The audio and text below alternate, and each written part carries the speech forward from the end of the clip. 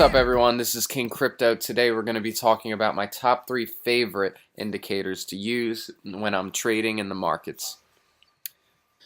Alright guys, so let's talk about the top 3 indicators that I like to use. Right now I'm on tradingview.com. I'm going to try to make this really fast so you can understand, but I'm also going to make it comprehensible to the best of my ability. So TradingView is my favorite because it allows you to add all these indicators and it makes it real simple. So I'm on a 2-hour chart. Now I like that one the most. I think it tells you the most about the future, the long-term future, and I don't really like using the minute charts unless you're day trading. You would use one of these charts, but this is kind of like for a bigger profit margin. Now my first favorite indicator it's called the RSI. RSI is called the Relative Strength Index.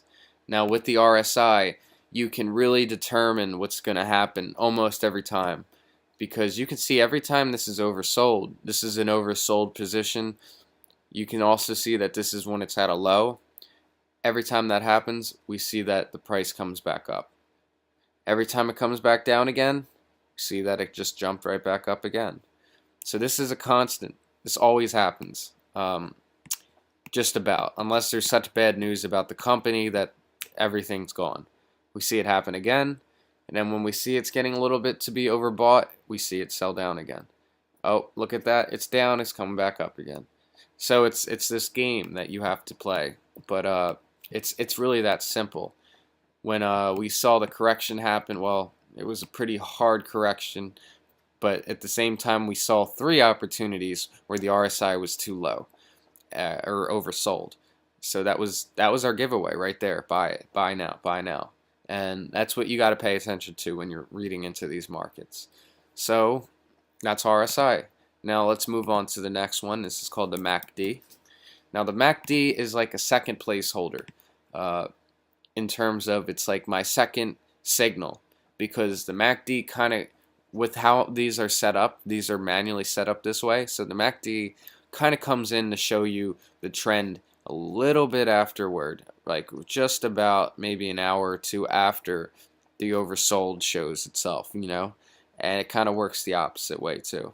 Sometimes they align perfectly, sometimes they don't, but from my experience, the MACD kind of comes in a little bit afterward. We can see it happens again on the second, and so that's how you can tell. So really what you should do is when you see an oversold position like that, you can kind of get an idea that this is about the curve. Oh, look, there's a curve. I should buy in before this crosses, because once I buy the cross, I already missed out on all this profit. So that's what I do personally. But once you see this cross, you see that it's gonna, that's like your second signal. At least in my opinion, that's how I treat it. I see the RSI, I buy in, then I see it crossed. Oh, good. Now it's really looking hot. It's like a check mark, you know, a checklist of everything.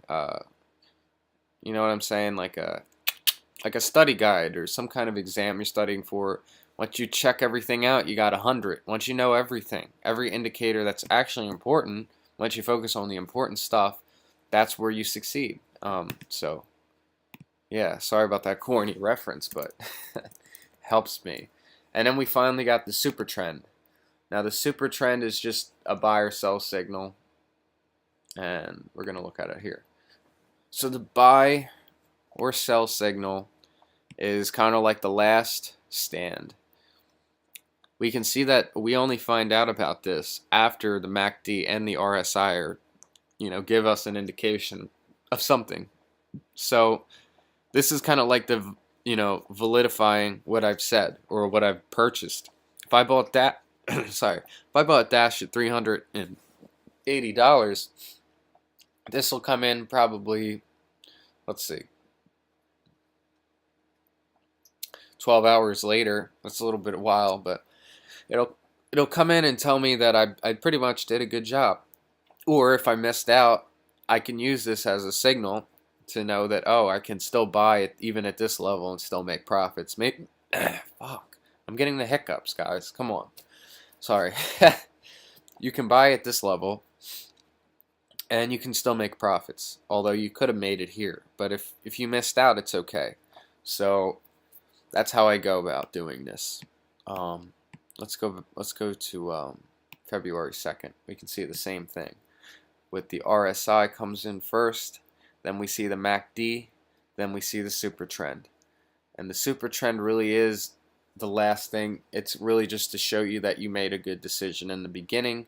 Once you see that come in, and once you start seeing the red, that's when maybe you should get out. And you should pay attention to the other ones, because you'll also see that the MACD will cross probably before that. So the super trend's always lagging behind, but it kind of solidifies what you thought you knew.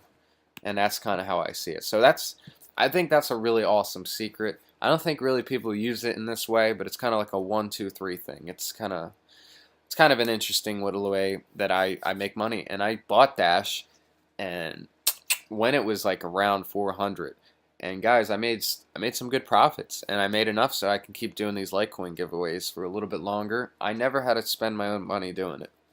I'm pretty proud of that. So I hope you learned something from this. This is how I do things. If you don't like it, well, then I'm so sorry. Don't watch my videos. But if you did like it, please give me a like, subscribe below, and comment.